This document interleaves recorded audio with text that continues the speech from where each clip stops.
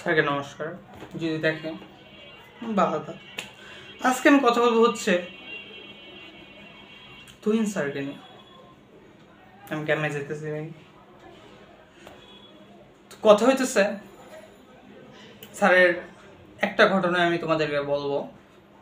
তুমি যদি পার্ট 2 দেখো হুমায়ুন স্যারের পার্টটা, তাহলে পার্ট 2তে আমি বলছিলাম, মানে 88 নম্বর প্লে লিস্টের পার্ট 2, ওখানে আমি বলছিলাম যে স্যার বলছিল কিছুই বলবে না, তাই আমি বাবা মাকে নিয়ে গেছিলাম, মানে মাকে নিয়ে গেছিলাম, আর পরীক্ষায় আমি পাশ করছিলাম এই সাহস নিয়ে গেছিলাম। তো ওই দিন কথাবার্তায় তুই স্যার জানতে পারছে আমার বোন ডাক্তার, বড় বোন। তো একদিন স্যার আমাকে দাঁড়া করায় পড়া ধরছে, তো আমি পড়া পারি নাই, কেউই পারে না, মানে এমন এমন পড়া ধরে বুঝি না আমরা কী কম।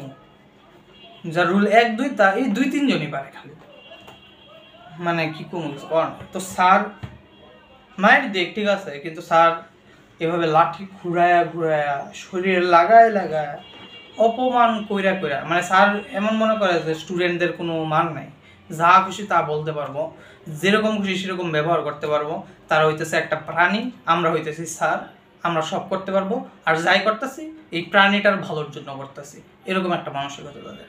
তো ঘুরায় ঘুরায় বলতেছে আপনার বড় বোন তো ডাক্তার, আপনি বড় হইয়া কি করবেন, মানে আমাকে আপনি বলে ডাকতেছে, অসম্মান করতেছে, মানে আপনি বলে অসম্মান।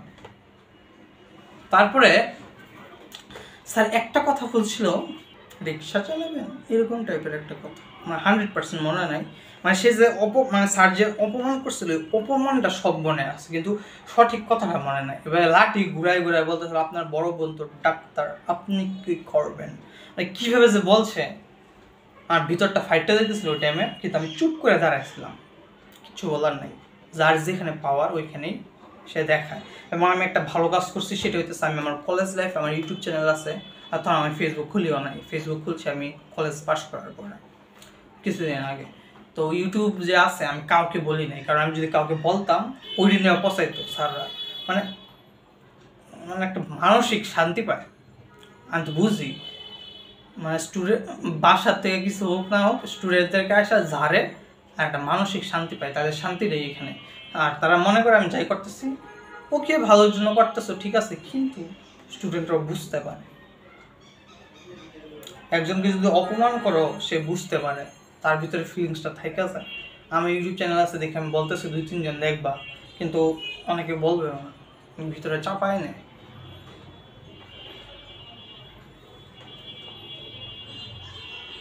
অনেক খারাপ লাগছে। আরও কিছু ঘটনা আছে, আর না বলি এই আর কি, সেটা তুই হাসরার ঘটনা, এটা 3 নম্বর পার্ট হবে। টাটা। এই লাডি ঘুরায় ঘুরায় বলছিল, এটা অনেক খারাপ লেগেছে।